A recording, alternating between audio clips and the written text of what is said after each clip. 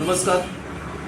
मी आता कर्नाटकमधील निपाणी या ठिकाणी आहे आणि निपाणीमध्ये आमचे एक पेशंट आहेत की जे कोल्हापूरमधील आपल्या आरोग्य सेंटरला जे आले होते आणि आमचे लीडर किरण पाटील सर हे त्यांना घेऊन आले होते. तर जवळजवळ 10 वर्ष शुगरचा प्रॉब्लेम घेऊन डोक्यामध्ये टेन्शन घेऊन ते ऑफिसमध्ये आले होते, चेकअपसाठी आले होते.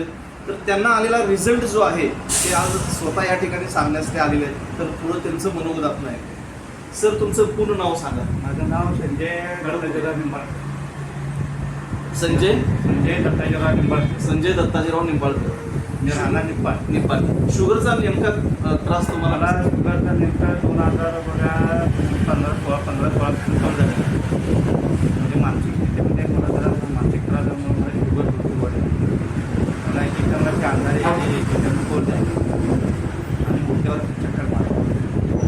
मी सगळं प्रॉडक्ट्स म्हणजे ते शुगरवर जेवढे प्रॉडक्ट्स होते तेवढे यूज करून बघितले. त्याच्यामध्ये काही फरक पडला.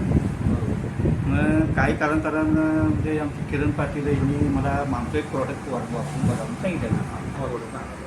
मग किरण पाटील यांचा शुगर कंट्रोल आणि शुगर कंट्रोल टॅब्लेट आणि ट्रिपल स्टेमशेल हे ह्यांनी मला प्रॉडक्ट दिलेलं आहे.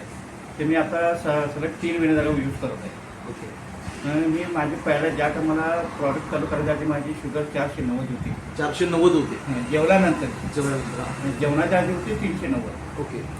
मग मी ज्या टायमाला 1 महिन्यानंतर मी ते शुगर चेक केल्यानंतर हां. तर माझी शुगर जेवायच्या आधीची आहे ते 110 आहे. 110. ओके. आणि जेवणानंतरचे ते 220 आहे. 220. 490 वरून 220. 20 आहे. जबरदस्त रिझल्ट. मग त्याच्यामुळे मला आता कुठल्या साईडमध्ये असं काय त्रास वगैरे काही टेन्शन काय होतं? आणि मेन म्हणजे मला जो चष्मा लागला होता ते 3.5 पॉईंटचा होता. ओके. ते आता मला 250 येत आलेला, 1 पॉईंट कमी झाला. कधी झालं? आणि त्याच्यामुळे आता मला क्लिअर दिसायला. मी गॉगल नाही घातलं तरी मला क्लिअर. ज्यांना आता मार्केटला शुगरचा प्रॉब्लेम आहे हां, त्या लोकांना तुम्ही काय सांगू शकताय? की ज्याला पुन्हा शुगर आहे त्यांनी हे केव्हाचं प्रॉडक्ट जे चालू आहे ते अतिशय चांगलं आहे. ओके. रिझल्ट बी भारी आहे. आणि ज्यांना त्रास होत असेल त्यांनी हे केव्हा प्रॉडक्शन केव्हा कंट्रोल शुगर टॅब्लेट आणि ज्यूस यांनी यूज करावं आणि त्याचा त्यांनी फायदा घेऊन आपलं आरोग्य चांगलं ठेवावं.